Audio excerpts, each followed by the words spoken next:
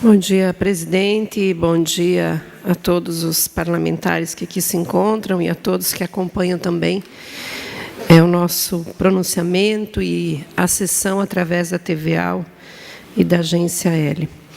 Vou me manifestar no dia de hoje sobre um projeto de lei que nós reapresentamos e que trata do abono das faltas dos professores no período de 2012 a 2015, por conta dos movimentos reivindicatórios.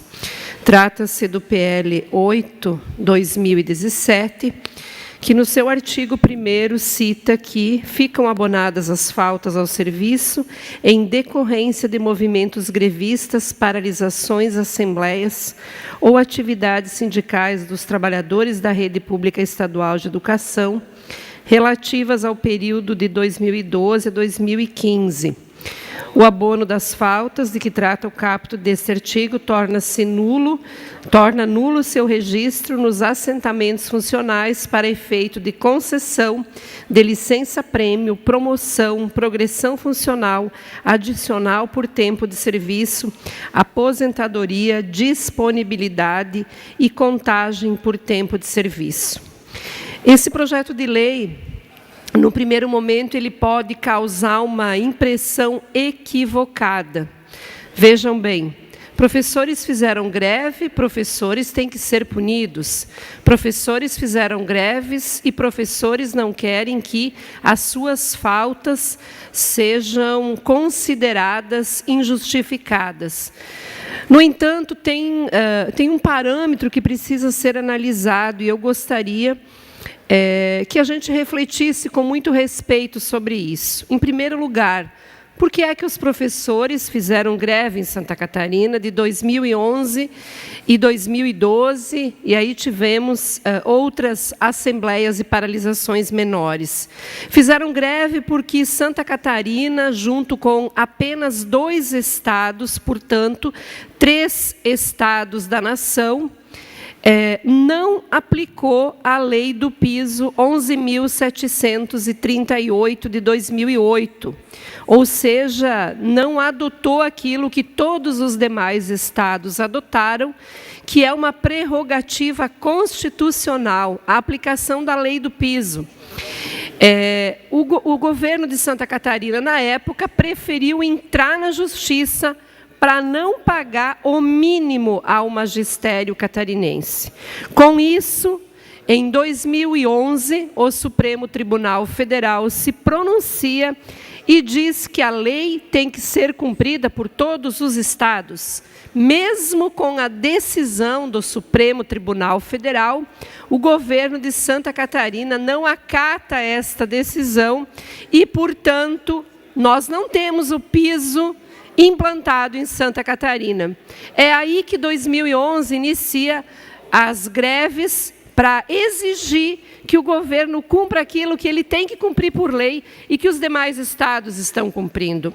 Então vejam que a greve ela tem uma motivação. Qual é a motivação? Cumprir-se a lei. Como todos nós sabemos, nós temos que cumprir a lei e o governo do estado não cumpria.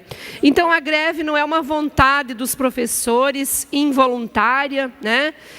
Aliás, voluntária, que os professores decidem, por nada, fazer uma greve. É um momento muito desgastante, muito sofrido, porque as crianças precisam das aulas. Pela lei, tem que ser cumpridos 200 dias letivos e as 800 horas. Então, a greve é o último recurso que se adota para fazer cumprir aquilo que a lei diz. Então, nós tivemos isso ocorrendo nesses anos. É comum, depois de uma greve, sentar na mesa e negociar os dias parados. Até porque no magistério, diferente de algumas outras categorias, se os alunos não tiverem os 200 dias de 4 horas, 800 horas, nós não temos o ano letivo assegurado, ou seja, o ano letivo cumprido. Então, os professores, após a greve, através do seu sindicato, do SINT, negociaram a reposição integral dos dias parados. Todos os professores repuseram todos os dias parados, inclusive as gerências de educação exigiram um cronograma com datas, com horários, com atividades planejadas e acompanharam, através das direções escolares, a reposição desses dias. Pois bem, o que é que tem de problema, então? O problema é que os professores repuseram, cumpriram com o acordo de greve feito na mesa de negociação, e o governo, inclusive, publicou um decreto, que é o decreto 244 de 2015, reconhecendo o abono das faltas, ou seja, essas faltas não devem mais existir, porque elas foram repostas, portanto, justificadas. E, a partir daí, então, os professores deveriam ter nas suas fichas funcionais não mais o registro dessas faltas, porque elas não existem mais. O que é que está acontecendo hoje? O que está acontecendo é que muitos professores receberam, inclusive, grande parte receberam, inclusive, a remuneração por esses dias descontados, mas ainda não está abonado as faltas nas suas fichas funcionais. Eu diria que é um problema administrativo, mas que está prejudicando, deputado Natalino, Vossa Excelência, que também é professor, e deve ter sentido já essa reclamação dos professores, está prejudicando 13 mil professores em Santa Catarina. Professores que estão tendo prejuízo na licença-prêmio, na progressão funcional, na aposentadoria, na sua carreira. E eu volto a dizer, se eles tivessem a lei sendo cumprida, a lei do piso, não precisava ter greve e não precisava ter toda essa negociação pós-greve, obviamente. Mas, em função do não cumprimento do governo, cumprimento da lei federal, desencadeou-se movimentos reivindicatórios e agora nós temos esse problema.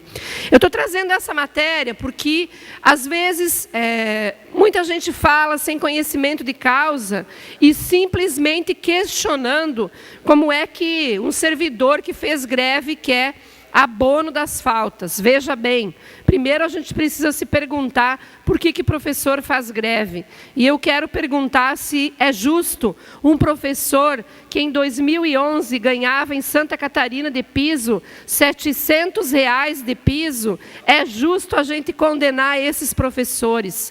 Eu me pergunto quem no seu lugar trabalharia tranquilo, fazendo de conta que está tudo bem e esperando que, um dia o governo cumpra a lei.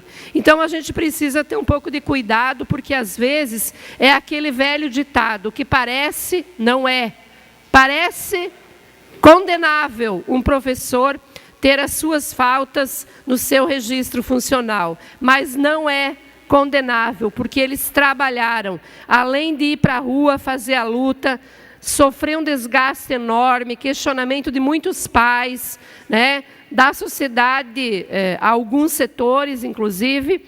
Eles depois têm que ir para a escola, repor tudo isso e ainda tem o prejuízo na sua vida funcional. Então, eu quero justificar, explicar esse contexto todo para dizer que nós vamos lutar, sim, sempre pela valorização dos professores.